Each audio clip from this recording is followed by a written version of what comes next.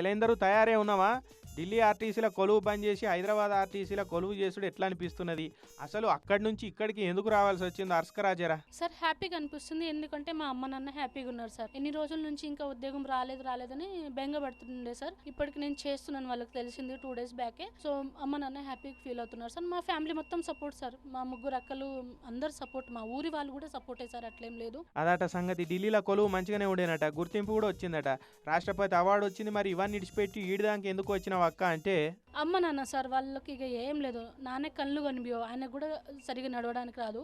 అమ్మకు కాలు ఇరిగింది సార్. అయ్యో పాపం, నాయన కళ్ళు కనబడాయట, అమ్మ కాళ్ళు ఇరిగినాయి. ఇక వాళ్ళని చూసుకునే తందుకే పనివాడ కొలువు బంద్ చేసి ఈడిదానికి వచ్చిందట పాపం. అంతే కదా మరి. తెలంగాణ సర్కారు మంచిగానే సపోర్ట్ ఇచ్చిందా అని అడిగితే, పొన్నం ప్రభాకర్ సార్ని, తెలంగాణ గవర్నమెంట్కి ఇద్దరికి థ్యాంక్ యూ చెప్పుకుంటున్నాను. సీఎం సార్ కూడా ట్విట్టర్లో మెసేజ్ ఇవ్వడం జరిగింది. చాలా హ్యాపీగా అనిపించింది సార్. తెలంగాణ చీఫ్ మినిస్టర్ సార్కి కూడా నా తరపు నుంచి, మా ఫ్యామిలీ తరపు నుంచి ధన్యవాదాలు తెలుపుకుంటున్నాను సార్. వినరు కదా, యాదాద్రి భువనగిరి కాడుండే ఈ సరితక్క పరిస్థితి చూసి మన సర్కారు హైదరాబాద్ ఎంజీబీఎస్ డిపోలా డ్రైవర్ కొలువు ఇప్పించింది.